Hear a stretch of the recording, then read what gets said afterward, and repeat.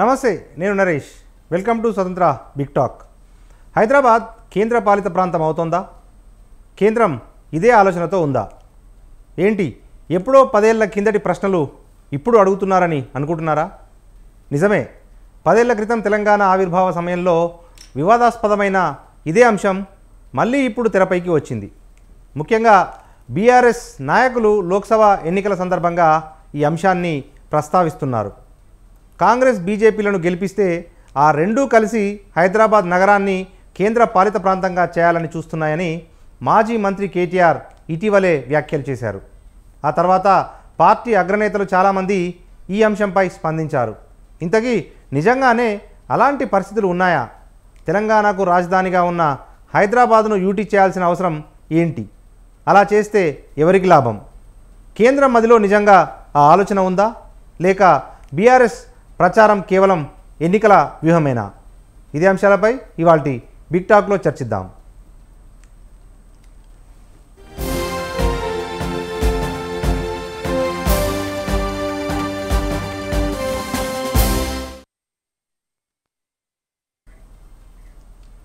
Right, ఇదే అంశానికి సంబంధించిన చర్చను ప్రారంభిద్దాం. మనతో పాటు బీజేపీ సీనియర్ నాయకులు దేవకి వాసుదేవరావు గారు, వారితో పాటు కాంగ్రెస్ పార్టీ మాజీ ఎమ్మెల్సీ కాంగ్రెస్ పార్టీ సీనియర్ నాయకులు కపిలవాయి దిలీప్ కుమార్ గారు జాయిన్ అయ్యారు. మరి కాసేపట్లో విశ్లేషకులు కూడా జాయిన్ అవుతారు. మొదట మనం కపిలవాయి దిలీప్ కుమార్ గారి దగ్గర వెళ్దాం.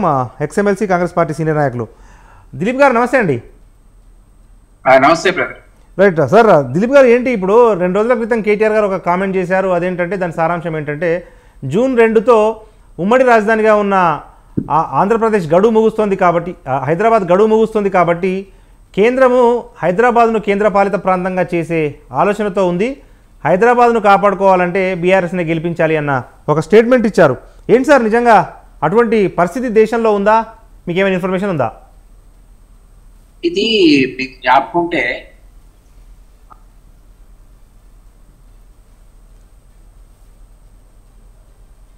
సార్ మ్యూట్లో ఉన్నారు. సార్ మ్యూట్లో ఉన్నారు.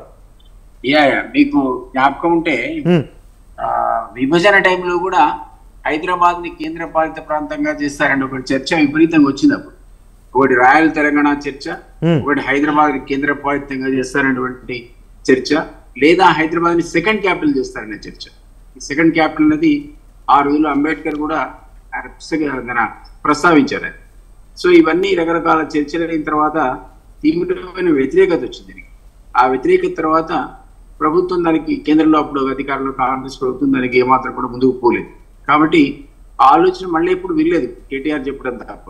ఈ పొలిటికల్ స్టంట్, ప్రజలను ఏదో రకంగా కన్ఫ్యూజ్ చేసి దానివల్ల పొలిటికల్ మైలేజ్ తీసుకోవడానికి వీళ్ళు చేసినటువంటి డ్రామాలు తప్ప ఇప్పటికిప్పుడు అటు ఈ ఆలోచన ఎవరికి ఉందని అనుకోను.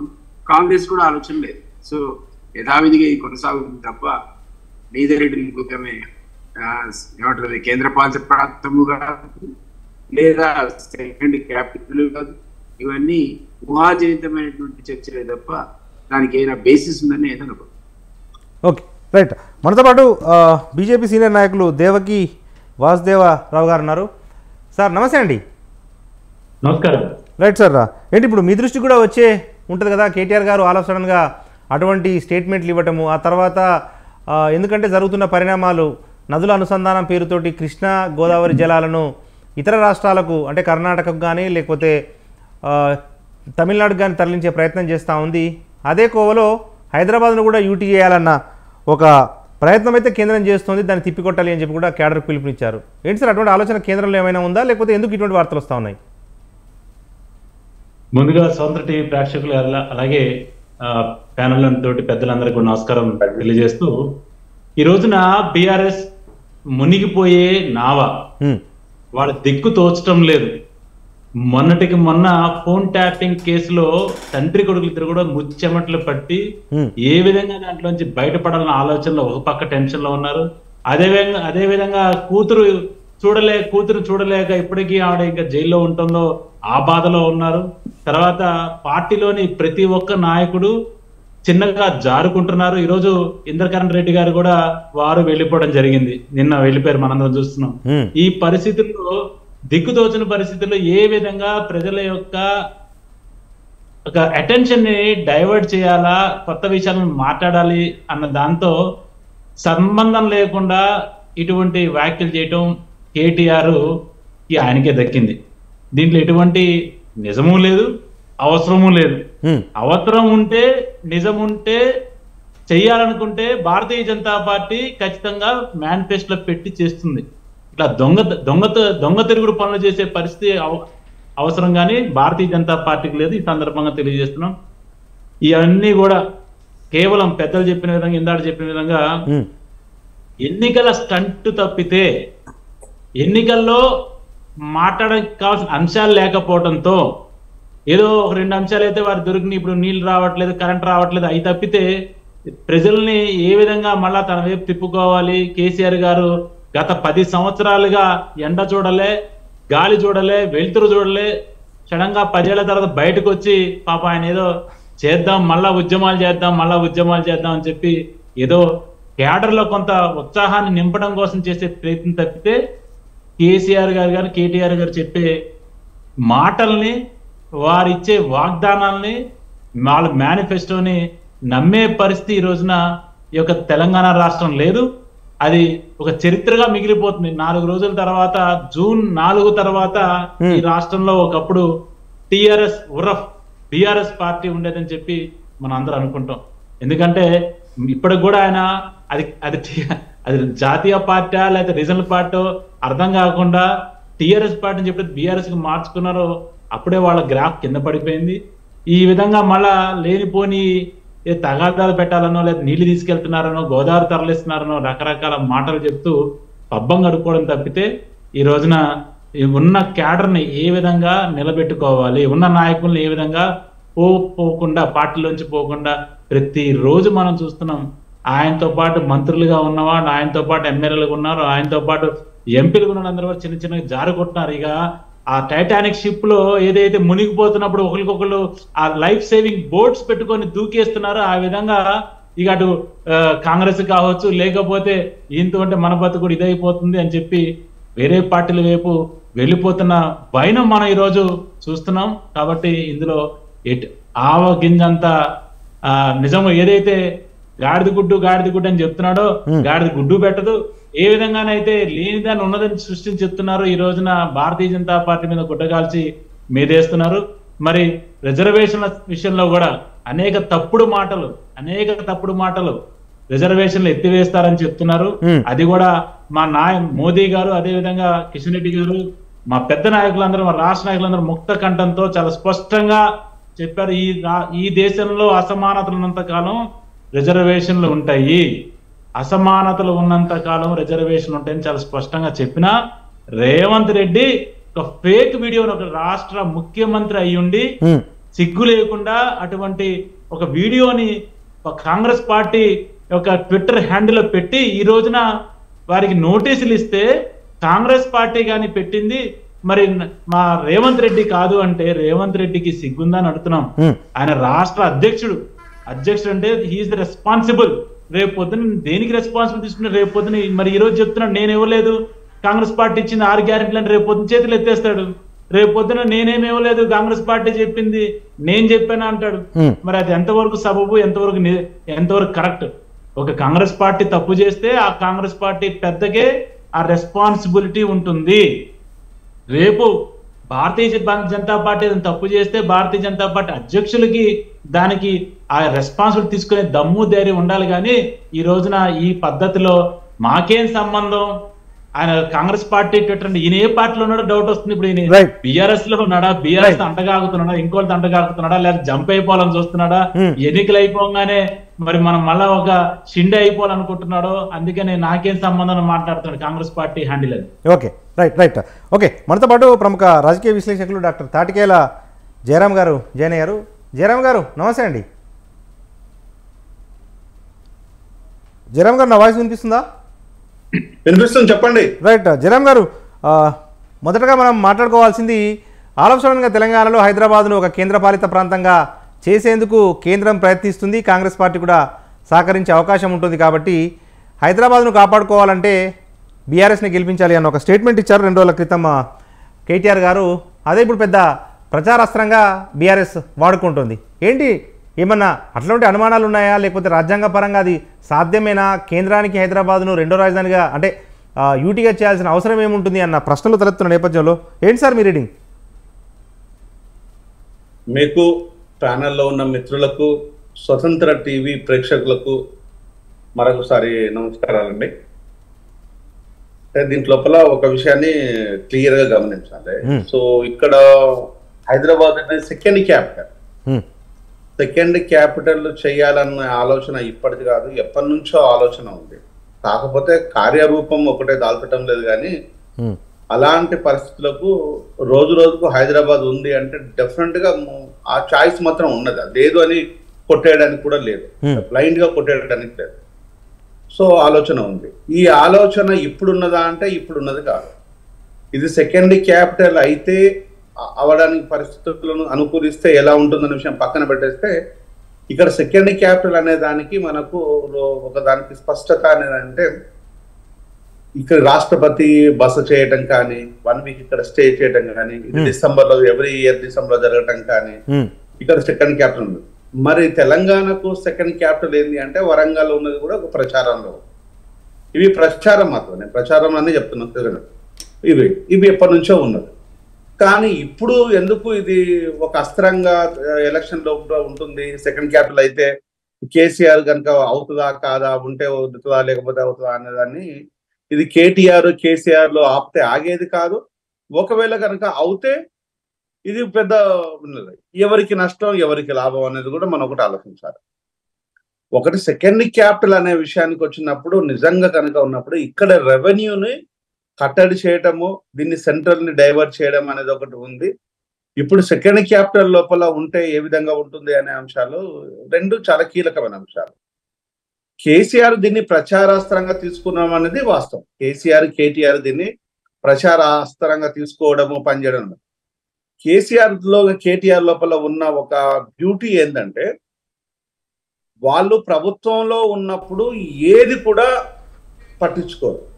ప్రభుత్వంలో ఉన్నప్పుడు ప్రజా వాయిస్ కానీ, ప్రజా అవసరాలను కానీ, ప్రజా అక్కర్లు కానీ, ప్రజా అంశాలను వ్యతిరేకత ఉన్నదాన్ని కూడా పట్టించుకోరు. సో ఏది పట్టించుకుంటారు అంటే ఓన్లీ ఎలా దోపిడీ చేయాలి, ఎలా దాచుకోవాలి, దోపిడీ చేస్తున్నారని తెలిసినా కూడా నిస్సిగ్గుగా దాన్ని ఏ మాత్రం మోమటం లేకుండా అసలు దోపిడే జరగలేదు అనే దాన్ని ఇంకా చాలా క్లియర్గా, బలంగా, అంటే తప్పును కూడా చాలా ఒప్పుగా, గర్వంగా, చాలా గోప్యంగా మాట్లాడుకునే గొప్పతనం కేటీఆర్ లోపల ఉంది. ఆ టీం మొత్తం మీద అలాంటి పరిస్థితులే ఉన్నాయి. ఇది మనం గమనించాలి. ఇప్పుడున్న పరిస్థితుల లోపల సెకండ్ క్యాపిటల్ అనేది ఎట్టి పరిస్థితుల్లో జరగదు. ఇప్పుడున్న పరిస్థితుల లోపల సెకండ్ క్యాపిటల్ ఎందుకనే జరగదు అంటున్నానంటే, ఇంకా అలాంటి పరిస్థితులకు హైదరాబాద్ నెట్టివేయపడలేదు. ఇంకా హైదరాబాద్ లోపల చాలా కీలకమైన అంశాలు ఉన్నాయి. ఇక ల్యాండ్ ఇష్యూస్ ఉన్నాయి, ల్యాండ్ గ్రాబరింగ్ ఉంది, ల్యాండ్ సంబంధించిన అంశాలు ఉన్నాయి, ఇవి ఉన్నాయి. ఇంకొకటి దీనికి లింక్ చేసి ఒకటి మాట్లాడతాను చెప్పాలనుకున్నా. నేను పదే కేసీఆర్ గారు మాట్లాడుతుండో, నా ప్రాణం పోయినా కూడా, నా మెడ మీద తలకాయ పెట్టి కత్తి పెట్టి నరికినా కూడా నేను ఇక్కడ మోటార్లకు, ఇక్కడ పొలాలకు, బావులకు కానీ మీటర్లు పెట్టడానికి నేను ఒప్పుకోను అంటాడు. అంటే నాకు ఒకటి అర్థం కాలేదు. మోటార్లకు మీటర్లు పెట్టడం మీరు ఒప్పుకోరు, బాగానే ఉంది. ఇక్కడ మోటార్లకు కరెంటు బిల్లు కట్టాల్సింది ప్రభుత్వం. ఉచిత కరెంటు బిల్లు అనౌన్స్ చేసింది గత ప్రభుత్వము. సో ఇప్పుడు ప్రభుత్వం కూడా ఒకసారి, మరి గత ప్రభుత్వం మోటార్లకు మీటర్లు పెడతా అనుకున్నప్పుడు చాలా విషయాలు బయటపడతాయి. నేను ఒక చదువుకున్న వ్యక్తిగా, నాకంటూ ఒక ఆలోచన జ్ఞానం ఉన్న వ్యక్తిగా నేను ఒక 2 విషయాలు మీతో పంచుకోవాలనుకుంటున్నాను. ఈ అంశాలన్నిటి లోపల అసలు తప్పెక్కడుందో ఒకసారి ఆలోచిద్దాం. మోటార్లకు మీటర్లు పెట్టడం వల్ల ఏంటంటే ఎంత కరెంటు మోటార్ల ద్వారా కాలుతున్నదని ఒకటి తెలుస్తుంది, ఎంత నీరు మోటార్ల ద్వారా వెళ్తున్న విషయం తెలుస్తుంది, ఎన్ని ఎకరాలకు మోటార్ల పంపు సెట్ల ద్వారా తెలుస్తుంది, ఎన్ని ఎకరాలకు పండించినా అని తెలుస్తుంది, ఇక్కడ కాలువల ద్వారా కానీ ప్రాజెక్టుల ద్వారా కానీ ఎన్ని ఎకరాలు ఉంటుందని తెలుస్తుంది, ఎంత కరెంటు దొంగతనంగా పోతుందన్న విషయం తెలుస్తుంది, ఎంత కరెంటు నీతివంతంగా రైతులకు పోతున్న విషయం తెలుస్తుంది, ఎంత కరెంటు ప్రజలకు కానీ ఇక్కడ చిన్న సన్నకారు రైతులు తెలుస్తుంటుంది. ఈ ప్రాజెక్టులో ఉన్న మోసాలు బయటపడతాయి. మరి ఇన్ని విషయాలు బయటపడుతున్న విషయం లోపల నేను మోటార్లకు మీటర్లు పెట్టను అనే దాన్ని ఓ పనికి మాట మాట్లాడుతుంటే తలకాయ ఉండి కేసీఆర్ మాట్లాడతారా లేకుండా మాట్లాడతారా అనేది నాకు ఇది doubt. Right sir, okay sir.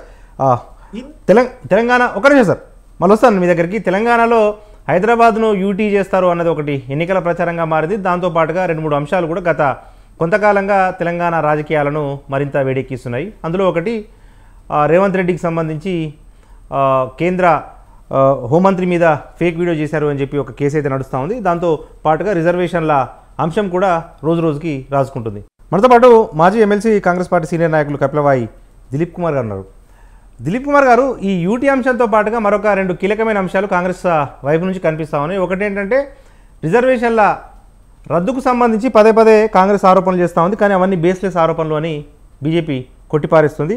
దాంతోపాటు ఈ సోషల్ మీడియాలో కేంద్ర హోంమంత్రి అమిత్ షా గారి వీడియోను ఫేక్ చేశారు అన్న కేసు కూడా రేవంత్ రెడ్డి మీద నమోదైంది. ఢిల్లీ పోలీసులు హైదరాబాద్లో ఉన్నట్టుగా తెలుస్తూ ఉంది. ఏంటి సార్ కాంగ్రెస్ వర్షన్? ఒకటి మీరు ఫేక్ వీడియో గురించి అన్నారు, ఇంకోటి ఏమన్నారు? రిజర్వేషన్ల అంశం సార్. రిజర్వేషన్ల అంశానికి సంబంధించి కూడా కాంగ్రెస్ పార్టీ పదే ప్రస్తావిస్తోంది.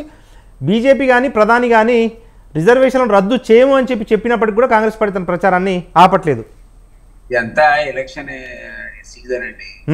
నాకు తెలిసి బీజేపీ కానీ మాకు కానీ ఏ పొలిటికల్ పార్టీ కానీ రిజర్వేషన్స్ రద్దు చేసే దమ్ముందనే ఇట్స్ నాట్ పాసిబుల్ అండి. It's not possible. ఎందుకంటే ఇన్ని ఇయర్స్ తర్వాత మెయిన్ స్ట్రీమ్ లోపలికి ఇప్పటికి కూడా ఈ సెక్షన్స్ రాలేదు. ఎస్సీలు ఎస్టీలు రాలేదు.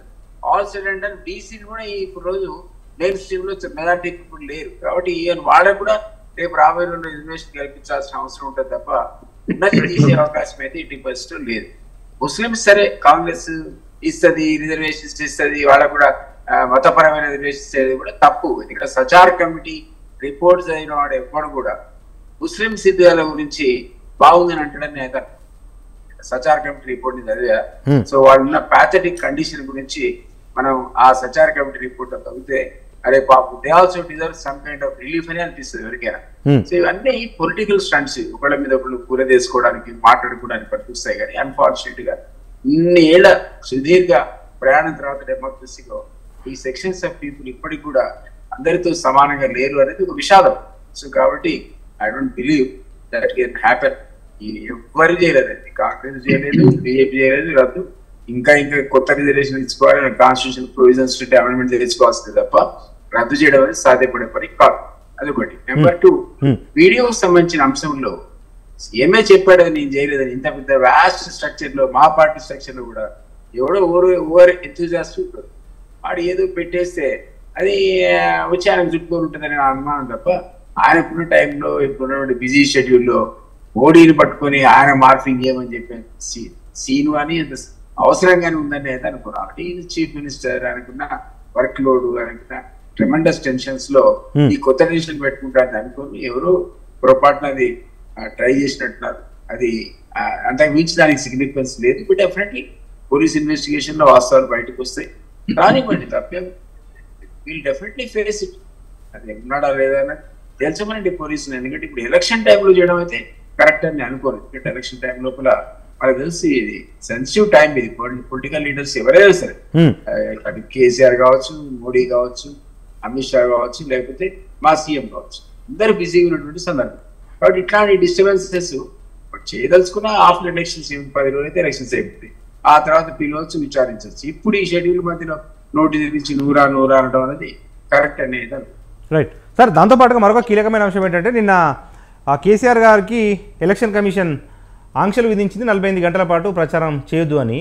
అయితే కేసీఆర్ గారు ఒక స్టేట్మెంట్ ఇచ్చారు. కేటీఆర్ కాసేపు క్రితం కూడా మాట్లాడుతూ కాంగ్రెస్ పార్టీ బీజేపీ కలిసిపోయింది అనడానికి ఇంతకు మించిన నిదర్శనం లేదు. ఎందుకంటే నాపైన అంటే కేసీఆర్ పైన వ్యక్తిగతంగా విమర్శలు చేసిన రేవంత్ రెడ్డికి ఎటువంటి ఆంక్షలు విధించలేదు, బీజేపీ నాయకులకు ఎటువంటి చర్యలు చేపట్టలేదు. కానీ ఏరి కోరి నన్నే నా ప్రచారం మీదనే నిషేధం విధించారు అనేది కేసీఆర్ అభ్యంతరకరం. దిలీప్ గారు అడిగారా మిమ్మల్ని సార్, మిమ్మల్ని. ఇప్పుడు మీకు ఈ టైంలో ఎవరైనా సరే లీడర్స్ కూడా కాస్త రిస్ట్రెయింట్ అనేది పాటించాలండి. ఎవరైనా సరే ఎనీ పార్టీ, ఈ పార్టీలకు అత్యంగా చెప్తున్నా. నేనే చీఫ్ ఎలక్షన్ ఏజెంట్గా మునుగోడులో ఉన్న సందర్భంలో జగదీశ్వర్ రెడ్డి గారు కూడా ఇదే మాట అన్నాడు, మీకు పథకాలు కావాలా వద్దా, మీరు మాకు ఓటు అయిపోతే మీ పథకాలు కట్టారు అనగానే నేనే కంప్లైంట్ చేశాను ఎలక్షన్ కమిషన్. ఆ పిటిషన్ మీద స్పందించి అప్పుడు జగదీశ్వర్ రెడ్డి గారికి మీకు జ్ఞాపకుంటే 48 hours ఏ మీటింగ్ లో పాల్గొనకూడదని నిషేధం విధించింది ఎలక్షన్ కమిషన్. ఇప్పుడు కూడా మా లీడర్ ఇచ్చేటువంటి పిటిషన్ మీద స్పందించి ఇప్పుడు 48 hours ఆయన పెట్టింది. కాబట్టి ఇట్లాంటి ఎలక్షన్ కమిషన్ దృష్టికి వచ్చిన సందర్భంలో కూడా వాళ్ళు సీరియస్ యాక్షన్ తీసుకుంటారనడానికి నేను జగదీశ్వర్ రెడ్డి ఎగ్జాంపుల్ కూడా మీకు చెప్తున్నా. సో రిస్ట్రెయింట్ అనేది పాటించాలి నాయకులు. రిస్ట్రెయింట్ పాటించకపోతే ఈ పరస్పర దూషణలు కానీ ఇవి డెమోక్రసీకి ఇవన్నీ దేవు. డెఫినెట్లీ పోల్ ప్రాసెస్ లో ఇన్ఫ్లుయెన్స్ అవుతారు ఓటర్లు అనేవాడు. కాబట్టి కొంత రిస్ట్రెయింట్ అనేది ఖచ్చితంగా అవసరం. ఎలక్షన్ కమిషన్ ని మనం తప్పు పట్టలేదు, వాళ్ళు చేసిన దానికి we can't find fault with them అనేది నా యొక్క అభిప్రాయం. రైట్. ఓకే, మనతో పాటు బీజేపీ సీనియర్ నాయకులు దేవకి వాసుదేవరావు గారు ఉన్నారు. సార్ వాసుదేవరావు గారు, అదే ప్రశ్న సార్, సేమ్ ప్రశ్న. ఇప్పుడు నరేంద్ర మోడీ గారు కాంగ్రెస్కు సంబంధించి ముస్లింలు, మంగళసూత్రాలు ఇటువంటి అంశాలు మాట్లాడారు. కాంగ్రెస్ అనని విషయాలను కూడా కాంగ్రెస్కు ఆపాదిస్తూ ప్రధాని బహిరంగంగా మాట్లాడారు. అయినప్పటికీ ఎలక్షన్ కమిషన్ చర్యలు తీసుకోలేదు. కానీ కేసీఆర్ మీద చర్యలు తీసుకోవడము ఒక బయాస్డ్నెస్కు, అంటే ఏకపక్షంగా తీసుకోవడం, కొంత ఈసీ మీద ఒత్తిళ్లు ఉన్నాయి అన్న ఒక అభిప్రాయం వ్యక్తం అవుతా ఉంది. ఏంటి సార్ వర్షన్? అది చాలా పొరపాటు అండి. నరేంద్ర మోదీ గారు ఏది కూడా ఆపాదించే పరిస్థితి ఆయనకు ఉండదు. మనందరికీ తెలుసు కాంగ్రెస్ పార్టీ ఈ రోజున ఎటువంటి మైనార్టీ సంతుష్టి రాజకీయాలు చేస్తుందో. ఈ రోజు కూడా రాజ్యాంగం లేని విధంగా ముస్లింలకి మతపరంగా రిజర్వేషన్ కల్పిస్తుంది కాంగ్రెస్ ప్రభుత్వం. దాన్ని ఖండిస్తున్నది భారతీయ జనతా పార్టీ. ఈ రోజున కర్ణాటకలో చూస్తున్నాం, మరి వాళ్ళని కూడా ముస్లింల యొక్క మతపరంగానే వారికి బీసీలో ఏబిసి 4 కేటగిరీలు కూడా వాళ్ళని ఇన్వాల్వ్ యాడ్ చేయడం అనేది మనంతా చూస్తున్నాం. అదే విధంగా మన్మోహన్ సింగ్ గారే చెప్పారు ఇంతకుముందు, అది ఆయన నోటి నుంచి వచ్చిన కోట్స్ కదా అవి. ఈ దేశంలో ముస్లింలకి మొదటి హక్కు ఉంటుంది ఆస్తుల మీద, రీడిస్ట్రిబ్యూట్ చేస్తా అని రాహుల్ గాంధీ గారు చెప్తున్నారు. రీడిస్ట్రిబ్యూషన్ అంటే ఏంటి అంటే, చైనాలో అయితే లేదు, ఇంతకుముందు కమ్యూనిస్టు అధికారంలో ఉన్న పద్ధతిలో ఉన్న వాళ్ళందరి అంత సర్వే చేసి నాకు ₹1 ఉన్నాయి, మరి రాహుల్ గాంధీ గారికి 70 కోట్లు ఉన్నాయా లేదా 100 కోట్లు ఉన్నాయా, మరి ఈ రోజు పొంగులేటి శ్రీనివాసరెడ్డి గారికి 1000 కోట్లు ఉన్నాయి, తుమ్మల నాగేశ్వరరావుకి 1000 కోట్లు ఉన్నాయి, అదేవిధంగా రేవంత్ రెడ్డి గారు కూడా 100 కోట్లు దాటిపోయి వీళ్ళందరికీ మరి సర్వే చేసి రీడిస్ట్రిబ్యూట్ చేస్తారా? ఏం చేద్దాం అనుకుంటున్నారు? మరి తీసి అన్ని ముస్లింలకు పంచి పెడతారా? వాళ్ళకి ప్రథమ హక్కు అని చెప్పినప్పుడు వాళ్ళకి తిన్న తర్వాత మిగిలితే మనకి ఇస్తారా? అంటే ఏ విధమైన ఆలోచన లేకుండా ప్రజలను గందరగోళంలో పెట్టి మరలా ఈ రోజున తప్పుడు ప్రచారాలు చేస్తూ మరి ఇప్పుడు కాంగ్రెస్ పార్టీ యొక్క ట్విట్టర్ హ్యాండిల్లో ఏదైతే ఫేక్ వీడియో పెట్టారో మరి దానికి బేషరతుగా క్షమాపణ చెప్పాలి కదా. దానికి తప్పు ఎవరు? ఇప్పుడు పెద్దలు చెప్పిన విధంగా రేవంత్ రెడ్డి గారు పెట్టుండకపోవచ్చు, నేను కాదంటలే, మేము కూడా ఒప్పుకుంటాం రేవంత్ రెడ్డి గారు వెళ్ళి ట్విట్టర్లో పెట్టారని అనట్లే. కానీ ఒక ఫేక్ వీడియో పెట్టిన తర్వాత దానికి క్షమాపణ చెప్పే దమ్ము ధైర్యం లేకుండా మళ్ళీ దాన్నే వక్రీకరిస్తూ మళ్ళా రిజర్వేషన్ భారతీయ జనతా పార్టీ అధికారం రాగానే రాజ్యాంగాన్ని మార్చేస్తుంది, రాజ్యాంగాన్ని తీసేస్తుంది, మార్పులు చేస్తుంది, రిజర్వేషన్ తీసేద్దని ఏ విధంగా చెప్తారు? ఒక మాట ఒక స్టేట్మెంట్ ఇచ్చారా? Yes we done a mistake, అది ఫేక్ వీడియో అని చెప్పాలి కదా. చెప్పిన తర్వాత మేము బాధ్యత లేని మా పార్టీలో ఎవరైతే బాధ్యులు ఉన్నారో దాని మీద మేము చర్యలు తీసుకుంటాం, మేమే చట్టానికి అప్పచెప్తాం. ఇప్పుడు తండ్రి, బాధ్యత గల తండ్రి ఏం చేయాలా? కొడుకు తప్పు చేస్తే కొడుకుని తీసుకెళ్లి పోలీస్ స్టేషన్ అప్పచెప్పాలా? నిజంగా మీకు ఆ నిజాయితీ ఉంటే ఆ స్టేట్మెంట్ ఇస్తే ప్రజలు హర్షిస్తారు. కానీ ఓ పక్క దాని ఫేక్ వీడియోని నాకు వీటైనా నోటీస్ ఎప్పుడు ఇవ్వాలా? అంటే ఎన్నికలను ఇష్టం వచ్చిన మాట్లాడి ప్రజలు గందరగోళం పెడితే ఎన్నికలు అయిన తర్వాత నోటీసులు ఇచ్చి అప్పుడు పిలిస్తే జరగాల్సిన డ్యామేజ్ జరిగిపోతుంది ఈ దేశంలో. ఇప్పుడే కదా నోటీసులు ఇవ్వ. తప్పు చేసినప్పుడు ఎన్నికలు నాన్ ఎలక్షన్ టైం అని ఉండదు కదా. ఆయన చేసిన ఏదైతే ఆ ఫేక్ వీడియో పెట్టడం వల్ల ప్రజలు మొత్తం గందరగోళంలోకి వెళ్ళిపోయారు కదా. నిజంగా చెప్పారు. అరే ఎంత చెప్పాల్సి వస్తుంది అంటే, అసలు సమస్యల నుంచి, వాళ్ళు చేసిన అరాచకాల నుంచి, వాళ్ళు చేసిన స్కాముల నుంచి ప్రజల్ని అంటే గత 60 సంవత్సరాలు పరిపాలించి 60 సంవత్సరాలు పైగా ఈ దేశాన్ని పరిపాలించి వాళ్ళు చేసిన గాయాల్ని ఇప్పుడిప్పుడే అంటే మానుతూ భారతీయ జనతా పార్టీ 2 సార్లు అవకాశం ఇచ్చింది. ఇంకా 3వసారి అవకాశం ఇస్తే అసలు కాంగ్రెస్ పార్టీ కూడా కనుమరుగైపోతుంది దేశంలోంచి. మనం పట్టించుకుని ఇప్పటికే 3 రాష్ట్రాలకు పరిమితం అయి ఉంది, 40-50 సీట్లకు పరిమితం అయి ఉంది. దేశంలో ఉన్న అన్ని పార్టీల్ని కలుపుకొని ఒక పేరు కూడా ఇండి అలయన్స్ అంటే మొదటి నుంచి ఇంతకుముందు కూడా మీకు ఒకసారి చెప్పాను, అసలు కబ్జా చేయడంలో కాంగ్రెస్ పార్టీకి ఇచ్చిన పార్టీ ఇంకోట్లేదు. కాంగ్రెస్ అనేది స్వాతంత్ర ఉద్యమం సంబంధించిన సంస్థ, దాన్ని పార్టీగా మార్చుకొని మేము 143 సంవత్సరాల నుంచి కాంగ్రెస్ పార్టీని ఒక పక్క చెప్పుకుంటారు. అదే విధంగా ఇక్కడ మన బిఆర్ఎస్ కూడా ఏం చేసింది, ఉద్యమం అందరం కలిసి చేస్తే ఆ ఉద్యమం నుంచి దాన్ని వాళ్ళు కబ్జా చేసుకున్నారు. మరి ఈ విధంగా అలా గాంధీ గారి పేరు కబ్జా చేసుకున్నారు. ఇలా కబ్జా చేసుకుంటూ 60 సంవత్సరాలు జనాల్ని పరిపాలించిన తర్వాత ఈ రోజున ప్రజలు ఒక మంచి నిర్ణయం తీసుకొని భారతీయ జనతా పార్టీకి 2 సార్లు అవకాశం ఇచ్చి 3వసారి అవకాశం ఇచ్చిన తరుణంలో ఏమి చేయాలో తెలియక రకరకాల మాటలు మాట్లాడుతూ మరి రకరకాల మభ్య పెడుతూ జనాన్ని ఏదో విధంగా కన్ఫ్యూజన్ లో పెట్టాలని చెప్పి మరి రేవంత్ రెడ్డి గారు చాలా ప్రయత్నం చేస్తున్నారు. కానీ ఆ ప్రయత్నం ఎటువంటి పరిస్థితుల్లో ఫలించదని చెప్పి ఈ సందర్భంలో చేస్తున్నాం. ఒక్క మాట అన్న చెప్పారు, దిలీప్ అన్న గారు చెప్పారు, చాలా గొప్పగా చెప్పారు. అంటే ఏ నాయకుడిని సంయమనం పాటించాలి, మాటలు జాగ్రత్తగా ఉండాలా, బొక్కలేసుకుని తిరుగుతుంది ఏంది ఏనమ్మా కటిక మాంసాలు అమ్ముకునే వాళ్ళ మేము బొక్కలేసి తిరుగుతాం, సంపుతా నరుకుతా. కేసీఆర్ గారు మాట్లాడిన మాటలకే తట్టుకోలేక మనం ఉంటే ఆయన తర్వాత మేము ఆయన డాక్టర్ అయితే సీనియర్ పిహెచ్డి డాక్టర్ అని ఇంకొక పెద్ద నాయకుడు వచ్చి ఆ మాటలలోనే ఏదో మనం గొప్ప అనుకుంటే విఘ్న ఒకసారి ఇంటే 2 సార్లు 3వసారి ఇంటే అది వెగట పుడుతుంది. Right sir, okay.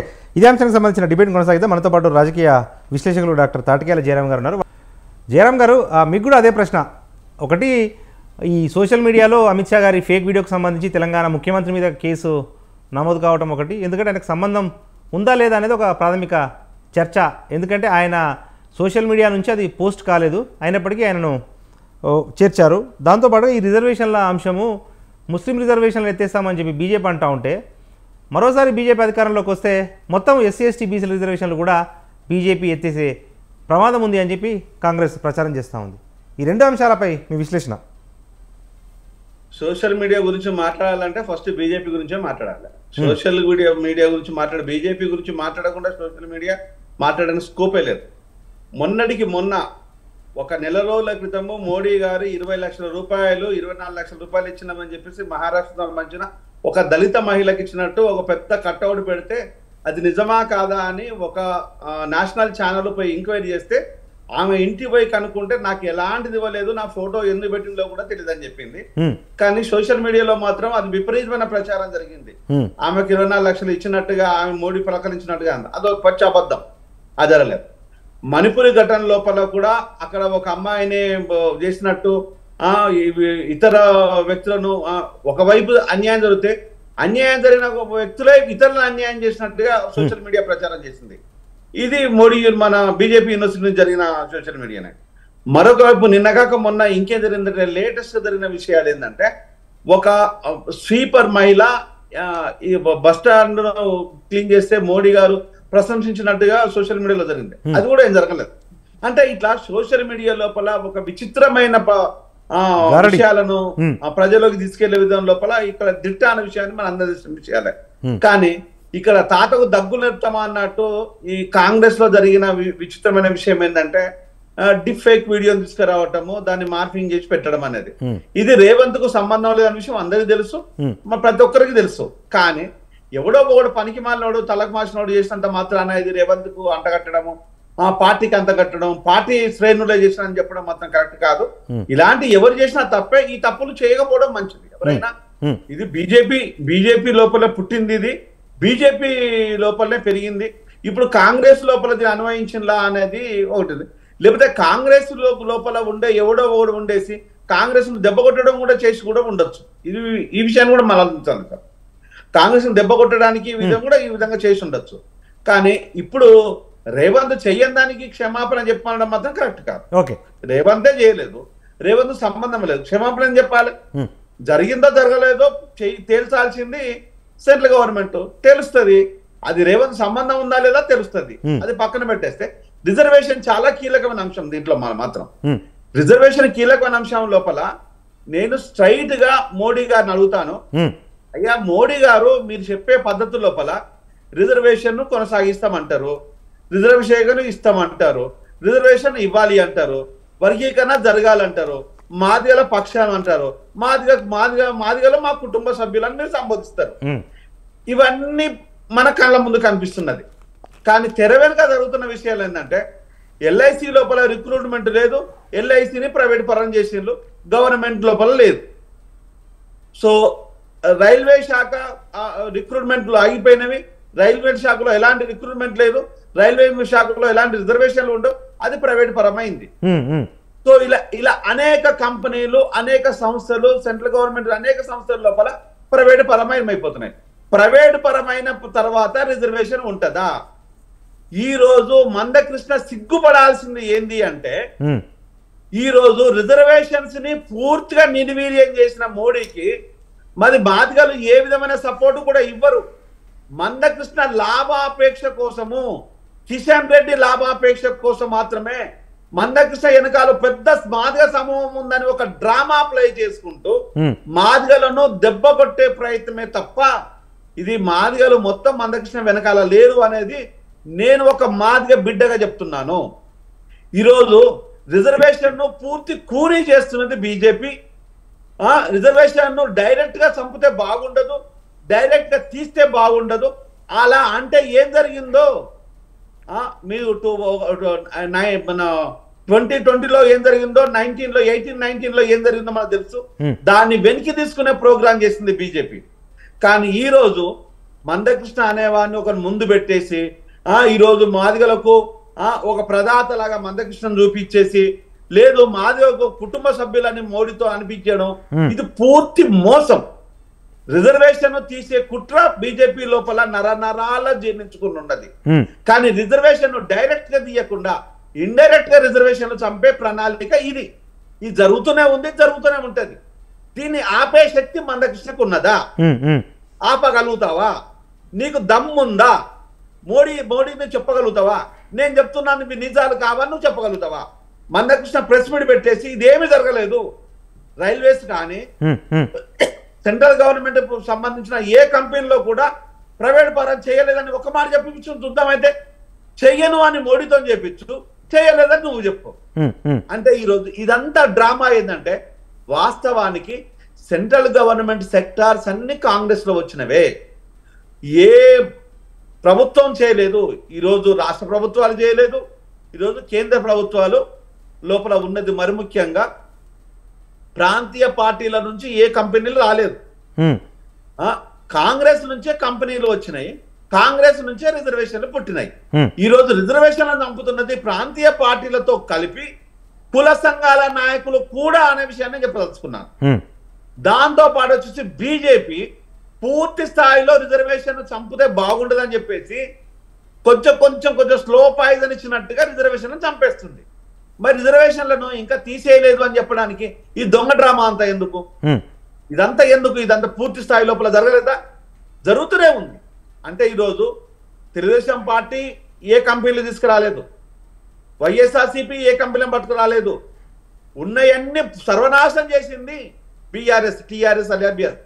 మా వరంగల్ లోపల, నేను పుట్టిన వరంగల్, మా దిలీప్ అన్న పుట్టిన వరంగల్ లోపల ఆజంజాహి మిల్లులో పనిచేసే వాళ్ళు 6,000 మంది ఎంప్లాయీస్. ఈ రోజు ఆజంజాహి మిల్స్ ను రామ్కి వాళ్లకు అమ్ముకున్న దొంగ ఎవరు అంటే కేసీఆర్.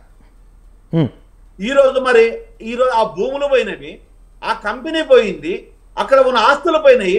దానికి ఎవరు కారణం? ఈ రోజు మొత్తము పూర్తి నాగపూర్ లో ఉన్న జరిగిన power looms, power mills, button spinning mills, వీటన్ని అమ్ముకున్నది అంతా సెంట్రల్ గవర్నమెంట్ లో ఉండే వ్యక్తులే, ఈ బీజేపీ నాయకులే. మరి దానికి సంబంధించిన ఎవరు చెప్పాలి దానికి? అంటే ఈ రోజు పూర్తి స్థాయి లోపల ఎక్కడైనా కూడా రిజర్వేషన్స్ ని అప్లై చేయడానికి మేము కారకులం అని మోడీ ఎప్పుడని చెప్పిండా? మోడీ అన్నమాట ఏంటంటే చాలా క్లియర్గా చెప్పిన మాట ఏంటంటే గవర్నమెంట్ బిజినెస్ చెయ్యదు, మేము గవర్నమెంట్ సంస్థలు ఉంచము, గవర్నమెంట్ సంస్థలు అక్కర్లేదని చెప్పిండు మోడీ గారు. మరి మోడీ గారు ఈ మాట చెప్పిన తర్వాత నువ్వు ఏ పద్ధతి లోపల మాదిగలు నీ కుటుంబ సభ్యులయ్యారు సార్? ఒక్కసారి మీరు చెప్పండి, మాదిగలు ఏ విధంగా మీ కుటుంబ సభ్యులు అయ్యారు? ఒక మాట చెప్పండి మీరు. అంటే మీ ఒకవైపు కంపెనీలు అమ్ముతామని మీరే అంటారు, అమ్ముతూ ఉన్నారు, రిజర్వేషన్లు తీసేస్తున్నారు, రిజర్వేషన్లను సమూలంగా సర్వనాశనం చేసుకుంటూ మళ్ళీ రిజర్వేషన్ల కోసం మేము పోరాడతామని చెప్తే దీనికి ఏమైనా అర్థం ఉందా అనేది నాకు తెలియకుండా మిమ్మల్ని ప్రశ్నిస్తున్నాను. ఈ మీకు సంబంధించిన మోడీకి సంబంధించిన మందకృష్ణ చెప్పాలి, మోడీ చెప్పాలి. రైట్ సార్, ఓకే వస్తాను మీ దగ్గరికి. మరి మనతో పాటు మాజీ ఎమ్మెల్సీ కాంగ్రెస్ పార్టీ సీనియర్ నాయకులు కపిలవాయి దిలీప్ కుమార్ గారు ఉన్నారు.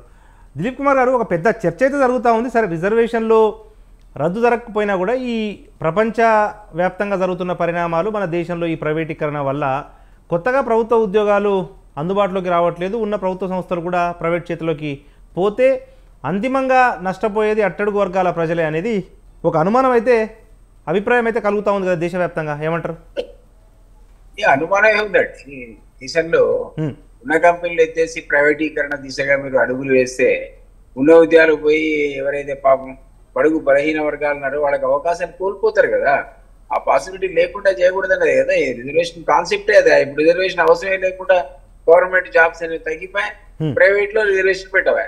కనీసం స్థానికంగాను ప్రభుత్వ పరంగా రాయితీలు పొందినటువంటి కంపెనీలు ఎవడైతే తీసుకొని జాగా, ఇప్పుడు అపోలో హాస్పిటల్ ఉంది, 99 ఏళ్ల లీజు, వాడు ఏ జాబ్ ఇచ్చినా నువ్వు 90% లోకల్ లోడ్కి ఇవ్వాలని కంపెనీ రూల్ పెట్టి ఇవ్వచ్చుగా. ఇప్పుడు ఎన్ని రకాల రాయితీలు బీజేపీ కానీ ఇక్కడ స్టేట్ గవర్నమెంట్స్ కానీ ఇస్తాయి కంపెనీలకు. ఈవెన్ వర్కింగ్ క్యాపిటల్స్ కూడా కోవిడ్ పీరియడ్ లో బీజేపీ డిపాజిట్ చేసింది ఎంఎస్ఎంఈ పరిశ్రమలకు. వాడికి బాబు ఈ డబ్బుల్ని కావాలంటే స్థానికంగా 90% రిజర్వేషన్స్ ఇంప్లిమెంట్ చేయాలంటే వాడు చచ్చుకుంటూ ఇంప్లిమెంట్ చేస్తాడు. అది గవర్నమెంట్ దగ్గర అంకుశం ఉంది కదా, అంకుశం వాడకుండా ఉంటే మరి పడుగు బలైన వారికి రాజ్యాంగంలో ఉన్నది. రాజ్యాంగంలో ఆర్టికల్ 38A లోపల సకల సౌకర్యాలు ప్రభుత్వం సమకూరిస్తే 38B ప్రకారము 25% ఉద్యోగాలు విద్యాపరమైన రిజర్వేషన్ కేటాయింపు చేయాలి. మరి ఎక్కడ చేస్తున్నారు? ఆ కండిషన్ ఎక్కడ పెడుతున్నారు? ఊరికి అప్పనంగా అప్పచెప్తున్నారు. ప్రభుత్వ ఆస్తులు, భూములు, డబ్బులు, వర్కింగ్ క్యాపిటల్ పేరు మీద వాళ్ళకి రాయితీలు, లేదా డబ్బులు ఎగ్గొడితే వాడికి వేవ్ ఆఫ్. సరే, అన్ఫార్చునేట్ గా ఎవడు బాధ్యుడు పక్కకు పెట్టి ఇన్నేళ్ల స్వాతంత్రం తర్వాత ఈ దేశంలో 10% సంపదేమో 85% మంది దగ్గర ఉంటే 90% సంపదనేమో 15 మంది దగ్గర ఉంది. అవునా కదా? సింపుల్ లాజిక్ అది. రిచ్ అండ్ పూర్ మధ్య యానింగ్ గ్యాప్. వాడికి ఏ మతమో ఏ కులమో దేవుడు ఎరుగు. అసలు రిచ్ అండ్ పూర్ మధ్య ఇంత పెద్ద వ్యత్యాసం ఉన్నాక రేపొద్దునేది పాకిస్తాన్ కాదని, లేకపోతే బంగ్లాదేశ్ కాదని, ఇంకో దేశం కాదని మనం అనగలుగుతామా? ఎంత శ్రీలంకలో ప్రెసిడెన్షియల్ ప్యాలెస్ ని ముట్టడించారు, ఉల్లిపాయలు 1000 రూపాయల కిలో కొనుక్కున్నారు. ఈ పరిస్థితి మన దేశంలో కూడా నియంత్రణ లేకపోతే వచ్చే పరిస్థితి ఉంటది. ఈ సెక్షన్స్ కి ఖచ్చితంగా ఈ అభివృద్ధి పడాలి కానీ, డెవలప్మెంట్ లో వాటా కానీ ఏ విధంగా క్రియేట్ చేస్తూ చేయాల్సిందే.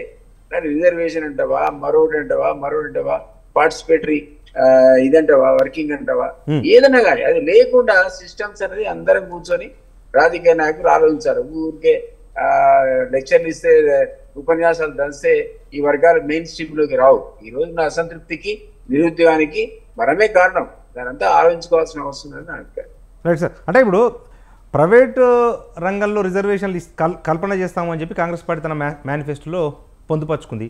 ఇవ్వాలంటున్నా నేను 100% ఇవ్వాల్సిందే. దే డిజర్వ్ ఇట్ అండి, they deserve it. It has to be given. ఇంతమంది మిత్రులు అన్నట్టు అసలు కాన్స్టిట్యూషన్ 25% ఇవ్వాలన్నప్పుడు నేను అంటున్నాను 90% స్థానికులకి విత్ రిజర్వేషన్ ఫార్మ్ లో ఇవ్వాలని అంటున్నాను.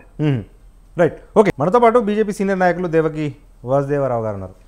వాసుదేవరావు గారు, అంటే గతంలో కూడా మనము చర్చించుకున్నాము, ఎందుకంటే ఎఫిషియన్సీ పెరగాలన్నా లేకపోతే లాభాలు రావాలన్నా కూడా కొంత ప్రైవేట్ జోక్యం అవసరం కాబట్టి ప్రైవేటీకరణ దిశలో అన్ని పార్టీలు, గతంలో కాంగ్రెస్ పార్టీ ప్రారంభించింది, బీజేపీ దాన్ని వేగం పెంచింది.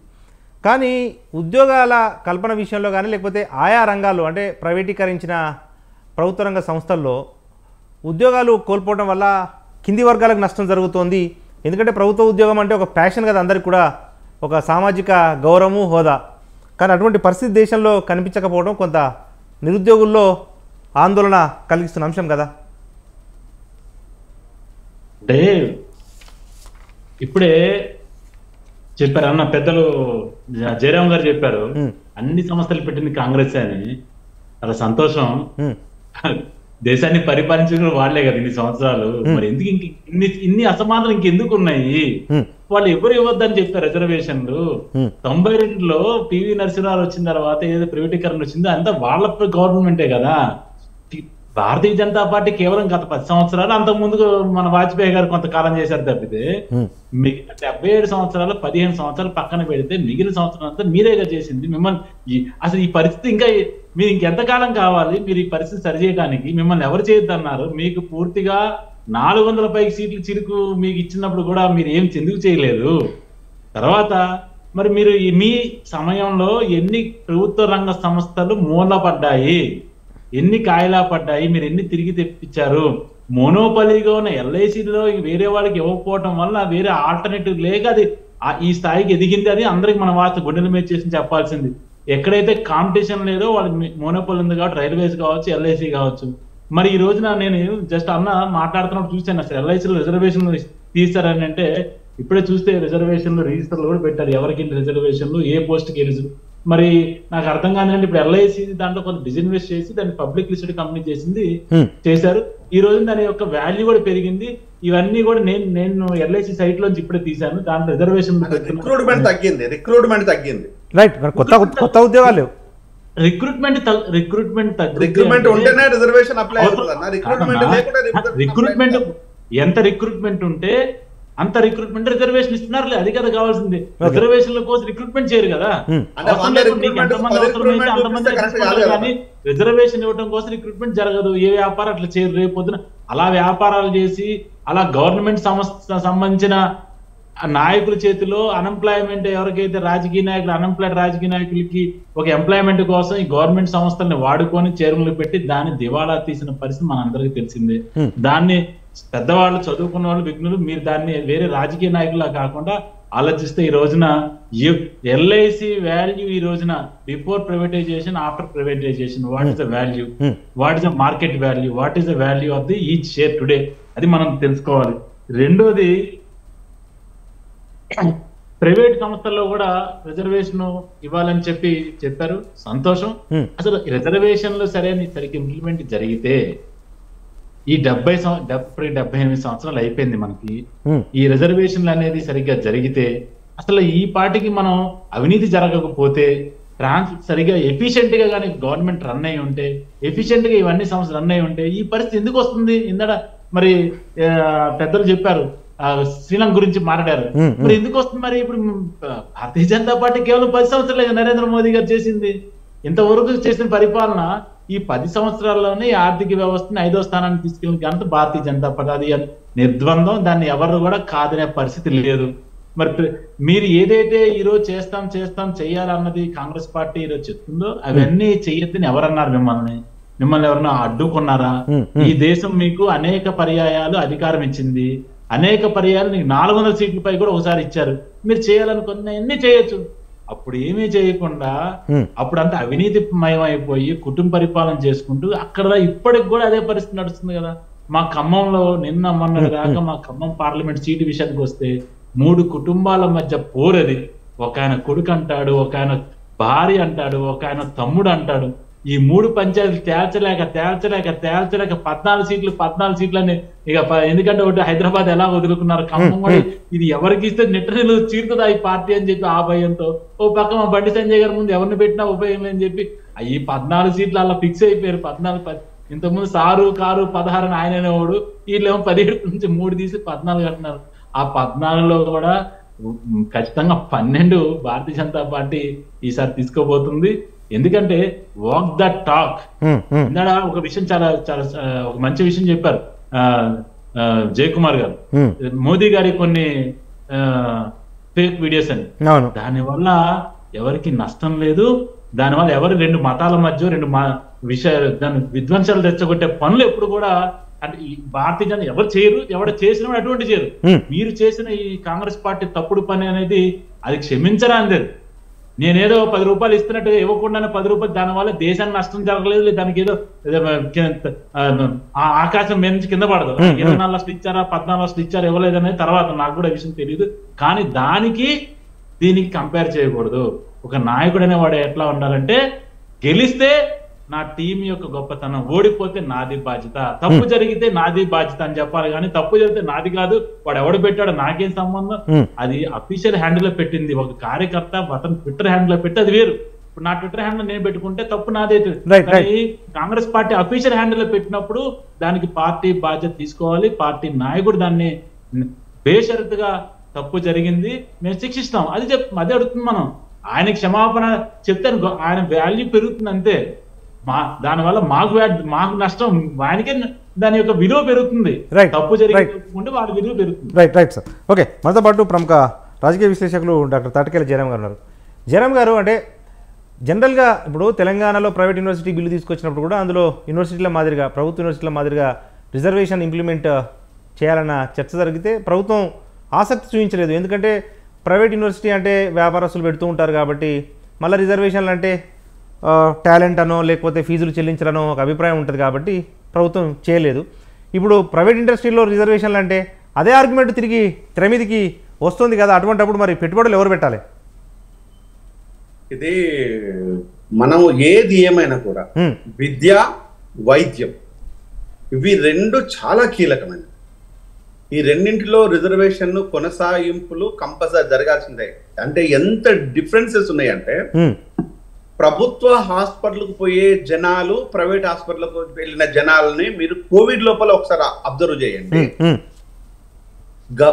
ప్రైవేట్ హాస్పిటల్కి పోయిన జనాల లోపల అత్యధికంగా చావులన్నీ ప్రైవేట్ హాస్పిటల్లో రికార్డ్ అయినాయి. ప్రభుత్వ హాస్పిటల్స్ లోపల సర్వీస్ రికార్డ్ అయింది. నీకు ఇక్కడ విపరీతంగా చావులన్నీ ప్రైవేట్ హాస్పిటల్స్ రికార్డ్ అయినవి. దోపిడీ, ఫినాన్షియల్ గా బాగా విపరీతమైన దోపిడీ జరిగింది. అంటే అంత భయంకరమైన దోపిడీ, మీకు దాంట్లో అసలు అన్లిమిటెడ్ దోపిడీ జరిగింది. కానీ ప్రభుత్వ హాస్పిటల్ విషయానికి వస్తే సర్వీస్ మోటివ్గా జరిగింది. అక్కడ ఏ దోపిడీ లేదు కదా.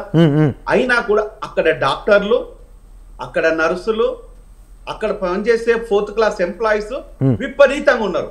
కానీ అక్కడ కోవిడ్ లోపల టిమ్స్ అనే హాస్పిటల్ ని మీకు హైటెక్ సిటీలో ఏర్పాటు చేసిండ్రు టెంపరీగా.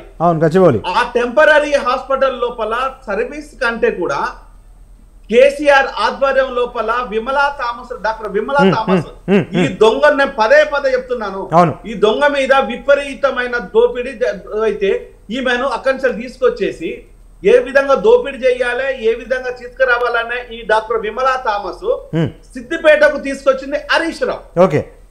హరీష్ రావు సిద్దిపేటకు పట్టుకొచ్చేసి సిద్దిపేట హాస్పిటల్ ని దోపిడీ క్రియేట్ చేసేసి ఇక్కడ ఉండే ఒక ఇన్ఫార్మర్ గా పెట్టుకున్నాడు డాక్టర్ విమలా థామస్ ను. ఇన్ఫార్మర్ గా ఈ రోజు వాణి డిఎంఈగా ఉన్న వానికి కళ్ళు కనిపించట్లేదా, చెవులు వినిపించట్లేదా? ప్రతి వాయిస్ నువ్వు చూడవా? ఇక్కడ రమేష్ రెడ్డి అనే ఒక వ్యక్తి ఆధ్వర్యం లోపల ఒక చీకటి కుంభకోణం వెనుకల జరుగుతున్నది అనే విషయాన్ని నేను పదే ప్రభుత్వానికి ఇన్ఫార్మ్ చేస్తున్నాను. ఈ రోజు సిద్దిపేటలో ఉన్న విమలా థామస్ ను వెంటనే సస్పెండ్ చేయాలి, ప్రాసిక్యూట్ చేయాలి. దీనిపైన ఎందుకు డిఎంఈ చర్యలు తీసుకోవటం లేదు? దీని వెనకాల ఎవరెవరు ఉన్నారు? ప్రభుత్వ హాస్పిటల్లో ఉన్న ఇన్ఫర్మేషన్ కానీ, ఎక్విప్మెంట్ కానీ, ఈ రోజు హాస్పిటల్లో ఉన్న ఇంతవరకు ఇనాగ్రేట్ చేసిన హాస్పిటల్ ని ఇప్పటి వరకు ఎలాంటి విధుల నిర్వహణ ఎందుకు చేయటం లేదు? అక్కడ ఉన్న ఎక్విప్మెంట్ ఎందుకు ప్రజల్లోకి తీసుకురావటం లేదు? ఎందుకు ఇంకా బ్లాక్ చేసి పెట్టేసిండ్రు? విమలా థామస్ దీనికి ఎక్స్ప్లెనేషన్ ఇవ్వాలి. రేపు మనం చేయాల్సిన పని ఏంది అంటే, తక్షణం దీనిపైన కనుక రాకపోతే నేను విమలా థామస్ ను సస్పెండ్ చేసేదాకా నా వాయిస్ చాలా సిన్సియర్ గా చెప్తున్నాను. అంటే ఈ రోజు మీరు బిఆర్ఎస్ చేసిన గవర్నమెంట్ తప్పులే కనుక కాంగ్రెస్ చేసినట్టు అవుతే, ఇక్కడ ఏ సెక్షన్ ఆఫ్ పీపుల్ కనుక రిక్వైర్మెంట్ ఉన్నదో ఆ సర్వీస్ అందుబాటులో లేకపోతే దాన్ని నేను దిలీప్ అన్నకు చాలా క్లియర్ గా తెలుసు చాలా విషయాల లోపల. ఇది నేను దిలీప్ అన్నకు చెప్తున్నాను, ఇది సీఎం ముందు కూర్చోబెట్టాలి, నన్ను పిలవాలి. ఎవరెవరు ఆలీబాబా 40 దొంగల్లాగా ఉన్నది, ఆలీబాబా 40 దొంగలు నేను తీసుకొస్తాను. 40 మంది దొంగలు మెడికల్ డిపార్ట్మెంట్ లో కీలకమైన పోస్ట్ లో ఉన్నారు, వాళ్ళ లిస్ట్ నా చేతిలో ఉన్నది. ఈ దొంగలందరినీ ఆపరేట్ చేస్తున్నది రమేష్ రెడ్డి మాత్రమే. సరే సార్, ఓకే, రైట్ సార్, వానే ప్లీజ్. డిఎంఈ సీట్ లో ఉన్నది, రైట్. విమలా థామస్ దొంగలకు నాయకురాలుగా ప్రవర్తిస్తున్నది. వీళ్ళందరూ ఇన్ఫర్మేషన్ ఎవరికి ఇస్తున్నారు అంటే హరీష్ రావుకు, కేసీఆర్ కు. రైట్ సార్, ఓకే, ప్లీజ్ ముగిద్దాం, సమయం మించిపోతా ఉంది. సీరియస్ గా అడుగుతున్నా. రైట్ రైట్ సార్, ఓకే, సమయం మించిపోతా ఉంది. మరొక రోజు చర్చను కొనసాగిద్దాం. ఇది ఇవాల్టి మన బిగ్ టాక్లో పార్టిసిపేట్ చేసిన గెస్టులు ప్రముఖ రాజకీయ విశ్లేషకులు డాక్టర్ తాటికేల జయరాం గారు, వారితో పాటు మాజీ ఎమ్మెల్సీ కాంగ్రెస్ పార్టీ సీనియర్ నాయకులు కపిలవాయి దిలీప్ కుమార్ గారు, వారితో పాటు బీజేపీ సీనియర్ నాయకులు దేవకి వాసుదేవరావు గారు. అందరికీ కూడా ధన్యవాదాలు. ఇది ఇవాల్టి బిగ్ టాక్. చూస్తూనే ఉండండి స్వతంత్ర.